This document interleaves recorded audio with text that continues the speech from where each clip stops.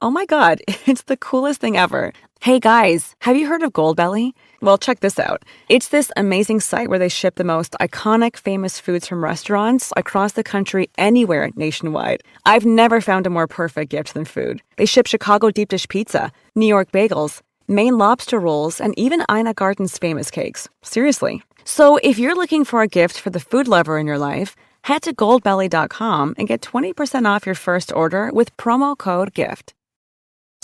Welcome to Good Morning Hospitality, your one-stop shop for the latest news, noteworthy trends, and thought-provoking discussions across the industry.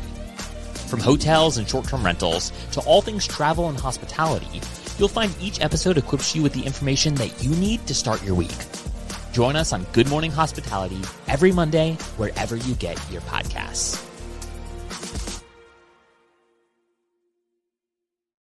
Good morning. Good morning. Happy Monday. Happy St. Patty's Day when everyone's Irish. Whoop, whoop. Mm-hmm. Yes, everyone's Irish. Look at us. Look at us all in green. We're so back. We're color so coordinated. Back. Yeah. Coordinated. We were texting last night, like, what are you wearing? No, what are you wearing? I'm wearing something green. Are you wearing something green? One of us is going to have to change. Yeah, one of us. Gosh, we can't all wear green. Happy Monday. Good to see you guys again. For our live listeners and viewers, tell us where you're tuning in from. We would love to know, as we always give appropriate shout outs for our raving fans. But Michael and Brandy, how was the weekend? It's been like a whole How was the kind of week? break. Yeah, it was a whole week. I know. All of us were on the road last week. It was spring break for us. We went down to the beach and fishing and had a good old week down in Dolphin Island. And yeah, enjoyed unplugging. Really, the house didn't have TV or internet, so it was a true good unplug. It was wonderful. Lovely. Yeah, Did you and the that's boys very rare. catch any good fish? We caught fish, no good ones. Okay. So All right. bunch of trash fish. Oh, Damn bottom feeders. but at least they got something. They're learning to, the thrill of catching something. Yes. Yep. Yeah. We caught a stone crab in the crab net too. So Oliver got to have his first stone crab. Oh, Just a that's claw. Just Just a a claw. We did it the right way. Brandy, how was your week with we had Sam Dundas replacing you on the episode last week? I know. I had some FOMO for sure. I was in LA seeing some friends. And so I was on the plane during that, unfortunately, but it was great. My friends have small children, like toddlers and newborns, and we did Disney. And at the end of the week, we came to an agreement that my friend will ship her kids to me and I will take them to the mountains, and then I will ship my kids to her and she will take them to Disney.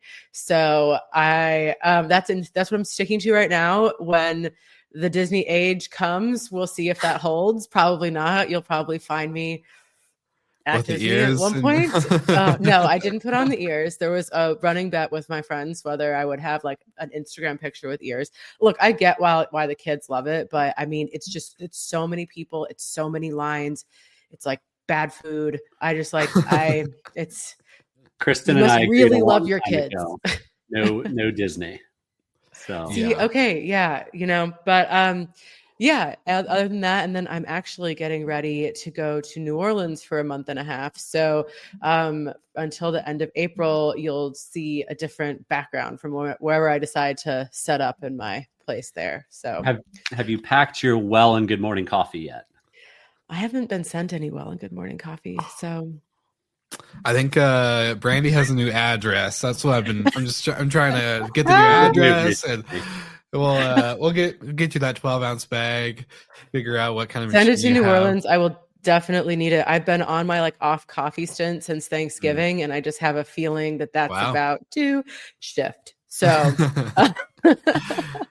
Well, I love seeing little Mia behind you. Is she? Oh, I know. Gonna be coming along the journey while you go, or? Oh my God. So I'm going out for like a week and a half, and then I'm flying back, and then all of us, Max, Mia, and the two dogs, we're getting in the car and we're doing the drive. This will be my 4th time doing this drive, so I'm a professional. The state of Florida is enormous. That's what you come to realize? But yeah, hopefully, I think the plan is going to be to somehow sedate them all a little bit.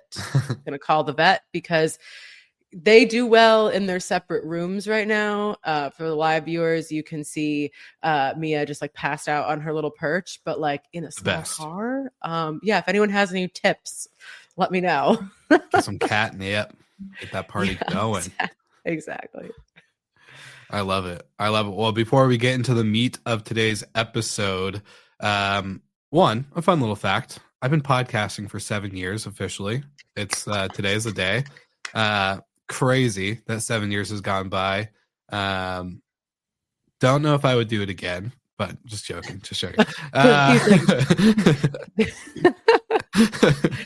Just kidding. No, but it's been really fun. So fun little fact today. I looked at my calendar and saw it was our little 7-year anniversary since I've been podcasting, but then got to hang out at Level Up Your Listing Summit in Arizona, an all women's conference where I get to MC every year. This year I had a co-MC, one of our amazing Hospitality FM podcasters. But while I was there, I also get to see our good friends at Fido.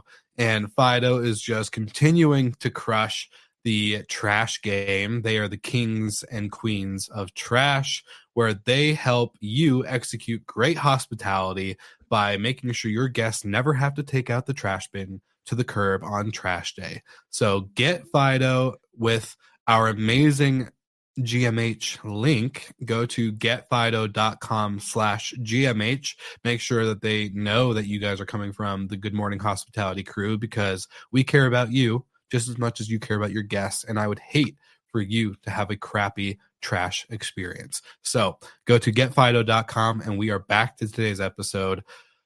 Let's dive in. I'm curious because we have a lot of OTA talk. Let's just say it. We have a lot of OTA talk today.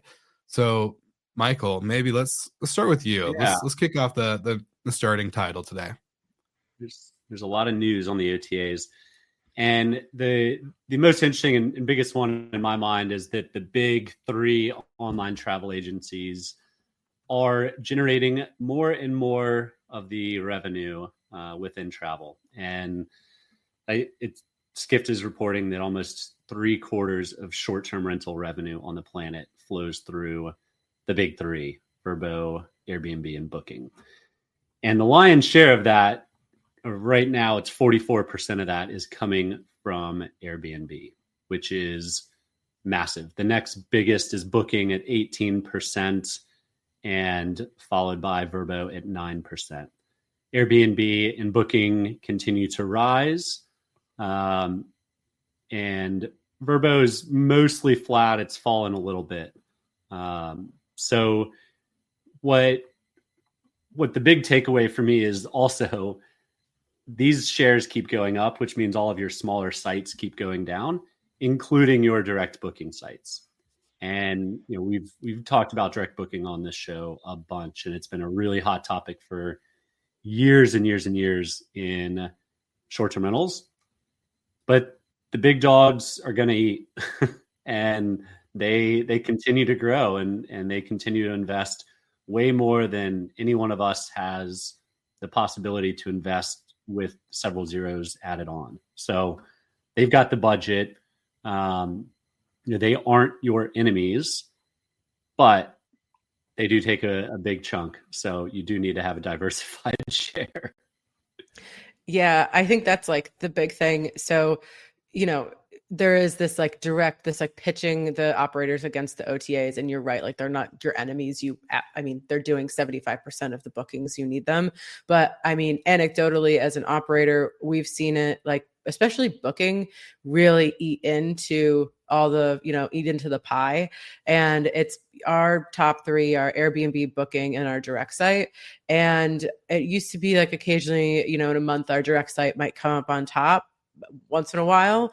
But Booking is really coming after Airbnb in at least urban markets. And our product leans itself to like being more familiar with people are more familiar with hotels and everything like that. But Airbnb's dominance is pretty clear. And I think that also just means that these other smaller OTAs that we see popping up that are kind of specialized, I'm just curious, like, what's their game plan for trying to compete in this landscape when even there's some other big, like, quote, bigger OTAs that are not even mentioned here. So yeah, it's an interesting marketing strategy. Yes, Michael. I think I know what their game plan is, and it's going to try and get rolled into by one of the big hotel flags. And we saw me. We saw Mr. and Mrs. Smith get rolled in by Hyatt. There's a couple others that are pretty large with a good amount of footprint that are out there and could get rolled into. But yeah, I mean, it's the next OTA is a very, very tough hill to climb, and you need very significant backers to be able to compete with the ad spend of the big three, that you will. I know Brandy's down in Miami, and she might not even get the reference of the big three, but it goes back to when LeBron went down to the Heat. So, no, that totally. Pretty basketball fans out there, you know what I'm talking about. Happy March! It's March Madness. Auburn got the number 1 seed overall, so we're happy down here in Auburn. But we haven't been playing. Even though I'm in Denver, I'm a Auburn fan. I will never not be an Auburn fan. So sorry for our Alabama University peeps, but I'm an Auburn fan. I'm going for it. Witness Auburn hospitality. So yeah, it's a good time. Sucked me anyway, in. We digress. The big three are going to be tough to unseat at this point, and honestly, I hope someone does, and I hope several do. And in that case, there's more competition, and more competition drives prices down. And we'll get to that comment a little bit later in the show as to what Booking is talking about with AI. But all in all, have a good relationship with the OTAs. They're driving 3/4 of bookings and short-term rentals. Yeah, I don't know, for Airbnb, I would love to see them utilize the Hotel Tonight platform a little bit more. I think they have more room for growth. Like, if I'm Airbnb, I feel like maybe I'm not tapping out of my market in the term of short-term rentals, but they're definitely going to hit a plateau one of these days. And I think basically the only other vertical for them really to grow outside of experiences, like you said, Michael, we'll get into this also as well in the episode, but I just don't think, I think there would be a huge missed opportunity with them not going into hotels.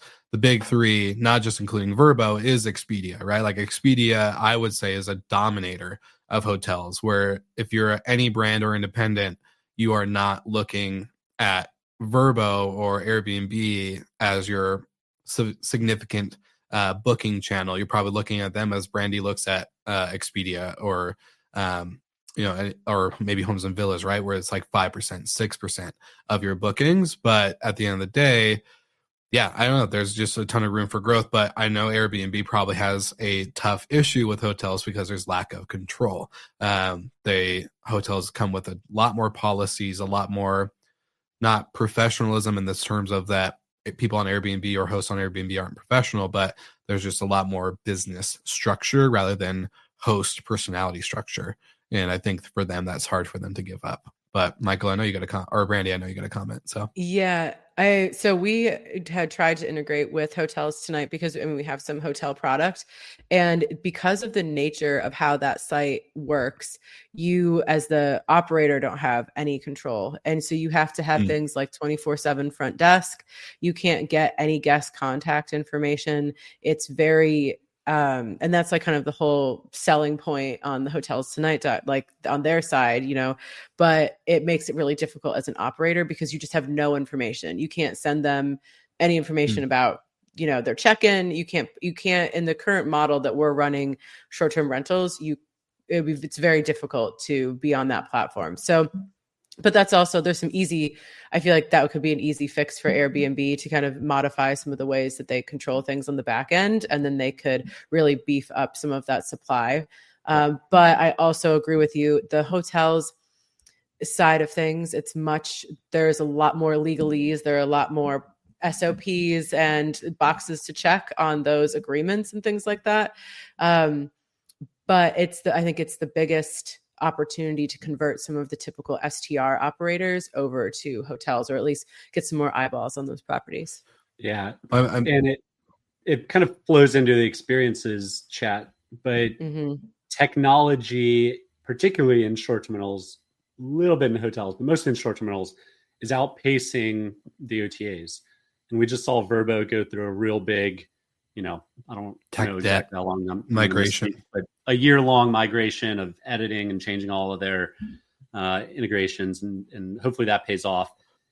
Airbnb has launched and killed experiences several times, and this time they plan to have API integrations so the larger providers can also participate, because previously Airbnb's experiences, it was launched very similar to Airbnb's homes business. It was a one-to-one, a local, authentic, true second home, live like a local type feeling. But unfortunately for them, at least half the market is professional, just like it is in short-term rentals, just like it is in experiences. And if you're going to service that market, similar to the Hotel Tonight comment Brandy just made, you have to have the technology that matches the systems you're going into. And so I think it's smart that Airbnb pulled it off, waited, figured out the tech, and now we're relaunching it with a much larger TAM. They did this. I remember I'm starting to get old now, but my very first conference in the industry, Airbnb wasn't even there for the first 2 years that I was in the space. And people would talk about them, but everyone's like, oh, Airbnb doesn't care about professionals. They just want your backyard, ADU unit. And then, I know my storied co-founder, Justin, was big in pushing for professional supply because it was a large amount of the market. And, look at the numbers. 44% of revenue of short-term rentals comes from Airbnb today. Yeah. And the experiences component is interesting because this one, I don't know why I had such like an emotional, not super emotional, but like I had a knee-jerk reaction to this. I was like, oh no, like the beauty of the experience is that you get to go on these like really fun, unique, you get these kind of really personal experiences, and the professionals are just going to ruin it, blah, blah, blah, blah, blah. But then to your point, that's like exactly, this is just what happened with homes. But I think where they have a real opportunity for success here, if you book even on some of the professional sites for tours, I don't find that the booking process is super, I don't know, it's not aesthetically pleasing some of the times. It might be hard to know what you're actually getting into. And they have, a good looking platform, and then you also can see real Airbnb users are leaving reviews. I think that it builds on that trust component that Airbnb likes to promote. Yeah, I was just going to say the design piece of Airbnb is going to trump searching for experiences on Google, because it's a way better user experience to go on Airbnb, see it all nicely organized, easy to use, click, I understand what I'm getting. They organize it pretty damn perfect, versus going on Google, and then you go to this website, and the website's built in 1995 and hasn't been updated, and it looks like it's on dial-up, and it's just it's a really rough experience, and you're like, oh, I don't know if I should be giving my credit card to this company. But that person knows their shit. Doing it since 1995. Yeah. But like, imagine getting that converted over to a platform like Airbnb, where it is design focused, it is better product in terms of the tech, to then, like Brandy said, have that trusted experience where you're seeing real Airbnb users. And a question I guess I have, I've never booked anything on Airbnb. Like, I've never booked an experience. I've never looked. I've looked, but I've never booked. And so for me, I'm curious, like, did you guys have ever, like, are they actually good experiences? Because part of me is like, I don't know. I've done like a great example in Istanbul. There's tons of tours everywhere, like professional tours, individual tours, all this stuff.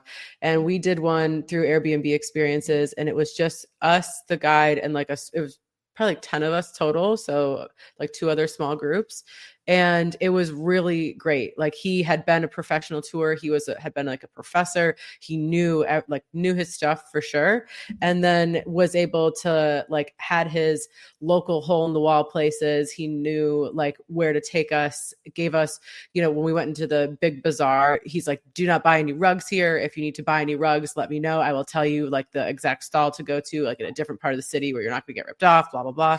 So that's like I've had great experiences with the tours, and there's some places where you can't do individual tours, but I think that a lot of times, especially if the person has good reviews, like you're going to get a really authentic, great experience. Yeah, I've done them too. And similar to Brandy, it is the more curated and one-to-one type of experience. And sometimes you want that. And sometimes you want to be one of 20 people touring the Vatican, looking up at the Sistine Chapel. So sometimes, it's one of those scenarios, just like in short-term rentals or hotels. Sometimes I want to stay in a Marriott because I know exactly what I'm going to get.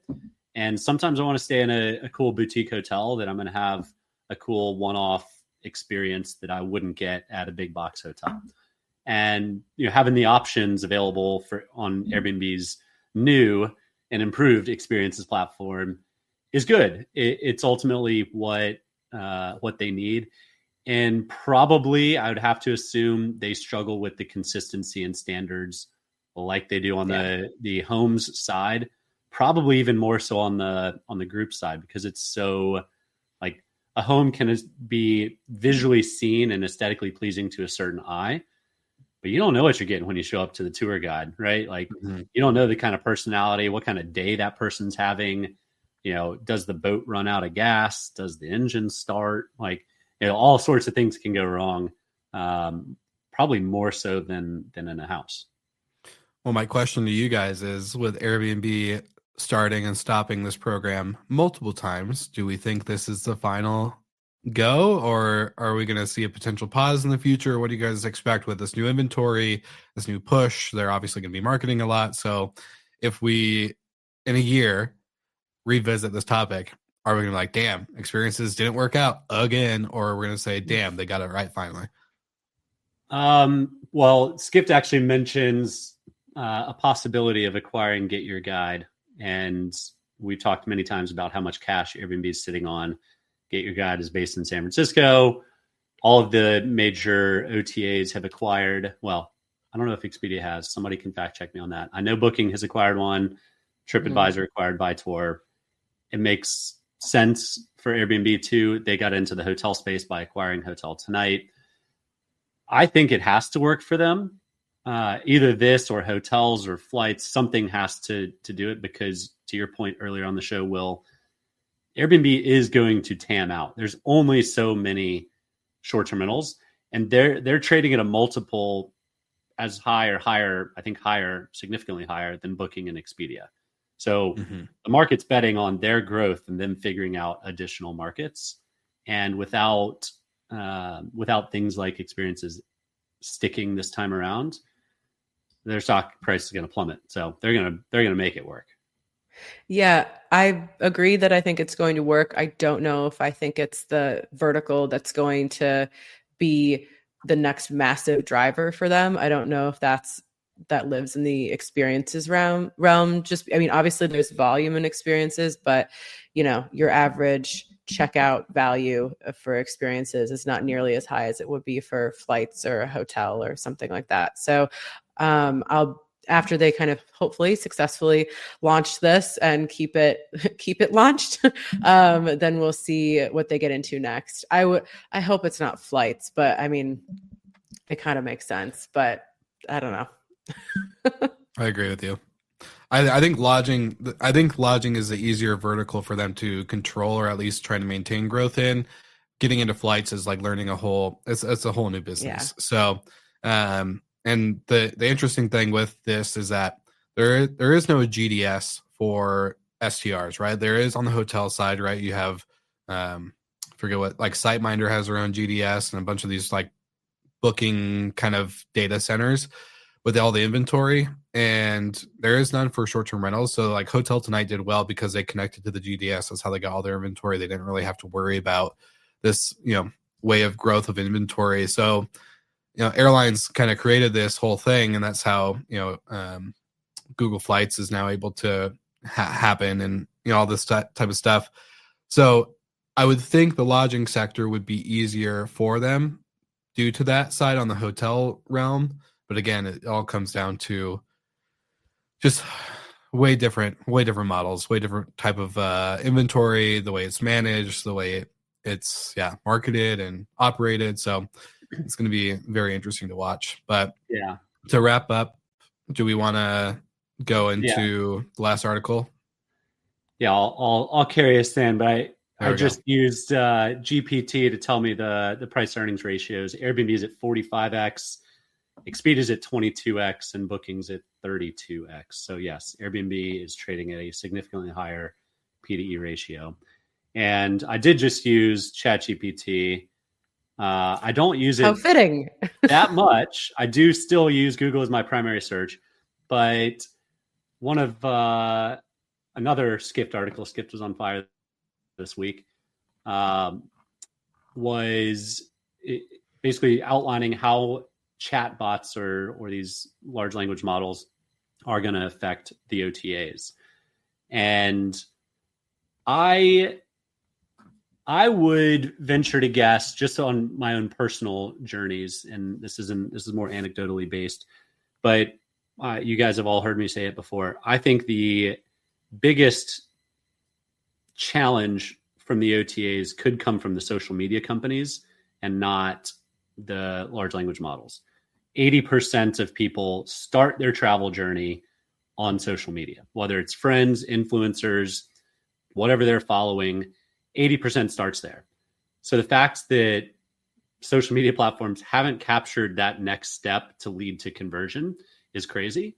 And like, a lot of the fun for people booking a trip is the weeks and months leading up to the trip, doing the research and understanding the markets. And it's hard to just hop into a language model that tells you the exact answer. You don't get to kind of go on that journey along the way. So I think it'll be a disruption, probably for the younger generations. I'm now old twice on this show today, but I don't think it's going to be anything significant anytime soon. Yeah, I agree with that. On the timeline of all of it, because I think there are so many potential, there's so many unforeseen potentials with all of this technology that we can't even possibly think of yet. And I just don't think we've seen anyone successfully roll out any of their ideas yet on how that are going to be revolutionary. But I did think that this is the potential. We talked in the beginning about how, the OTA shares are, gobbling everybody up. And this might be a way to, if you can figure out how to get your direct site in front of some of these large models, maybe a way to kind of break some of that control that they have. 100%. And Brandy, not to change topics here real quick. Go ahead. And I know we're getting close to that 30-minute mark, but this is what this show is all about. And we are here to break some news for all of you. So Vacasa has accepted Costigo's revised proposal for acquisition. So Steve Schwab, CEO of Costigo, just sent me this text. Vacasa has accepted the revised acquisition proposal from Costigo at $5.30 per share. So breaking news right here on the show. Congratulations to the team. We've been watching it like a hawk. We didn't want to report stuff as it or speculations as it was unraveling, but it was, there was a lot of action going on, and it seems like Costigo came swooping in with the superior offer. So congratulations to Costigo and the team. We'll see how this all plays out. Breaking news right here on GMH, baby. They had 72 hours to counter or to revise their offer after Davidson Kempner put in theirs. So because they had locked it in first, they got last say. So this should wrap it up. I think they were planning on closing in April-ish, if I remember reading that somewhere. So we could see this transition happen soon. I'm super excited for it. I made a comment on a post this morning that doing the same thing over and over again, if DK took it over is insanity. Definition of insanity. So I am super excited for Steve. It couldn't happen to a better human, and for the industry, let's try something new. Let's give the franchise model a big go. Yeah, I think it's great to see this as like another form of innovation and risk taking. I mean, and just trying to break out of the mold, because what we've been doing hasn't necessarily been working. So I'm excited 100%. to see. And also I hope Steve and the team have like good meditation and like breath work and stress management tools, because this integration is it's going to be chunky. It's a lot. And so hopefully our next retreat will be nice, quiet, unplug. We'll get Steve, everyone there, just to zen out a little bit. If we can get 30 minutes of quiet time, I think we'll all be happier.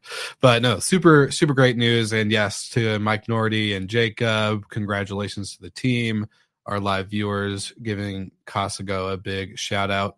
And I think what you said, Michael, is like, it would have been a definition of insanity. So this is very exciting because we all need something new. And we see a lot of vacation rental management companies actually getting into this model. Cassiola launched their own franchises, and a bunch of other brands that have built a brand itself are getting into this model. I think it's a sign of the times that we're in. So really exciting stuff. Anything you guys are looking forward to this week coming up? Obviously, Brandy, the road trip is super exciting. I can't wait to see how that plays out for you and the fur babies. But anything else exciting on this week's agenda? No, just a lot of catch up. I feel like Mike's going to say same old. No, not same old. I, being completely unplugged last week, I got a lot of calls this week catching up. So we've officially submitted for rezoning for one of the Nook properties. So wish us luck. We'll know more in a couple weeks, but balls are in motion. Exciting. Love it. Well, sounds exciting for you too. I'm so excited to hear how all the updates come. Well, great stuff. Thank you to our live viewers and listeners. We got Paul Manzi, we got Warwick on the show. We got Mike, we got Jacob.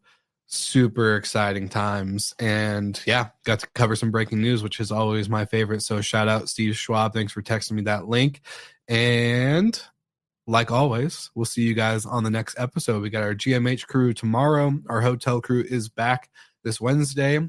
And the third episode of Good Morning Outdoors coming to you live on Thursday mornings. And for all of our hospitality entrepreneurs out there, stay caffeinated, get a well and good morning coffee, and ensure that you are ready to go to keep providing amazing hospitality. We'll see you guys all on the next episode again next week.